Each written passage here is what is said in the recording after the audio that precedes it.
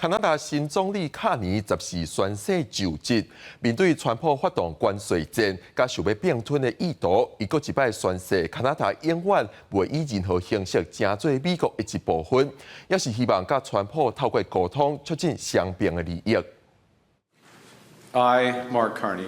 加拿大前央行总裁卡尼14宣誓就任加拿大总理，要率领国家面对美国关税战可能撼动规个经济轨迹，表示其台伫正确时机甲川普通会。伫入关问题是表示寸步也无要让。That we will never, ever, in any way, shape, or form, be part of the United States. We respect the United States.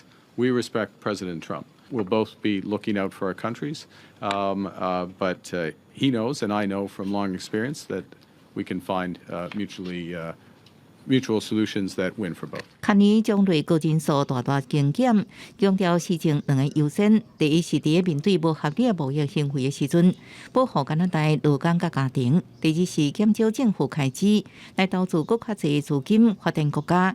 卡尼表示，目前无访问美国的计划。规日了后，会受邀请去巴黎、甲伦敦，甲英法领袖讨论各种经贸商业机会，也有甲欧洲、加拿大的峰会安全问题，多元发展影响美国的强势外交压力。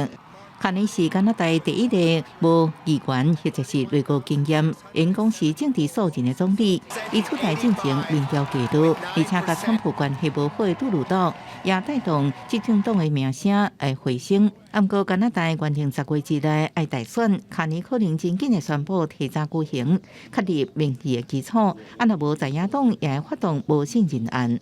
公视新闻是会中编译。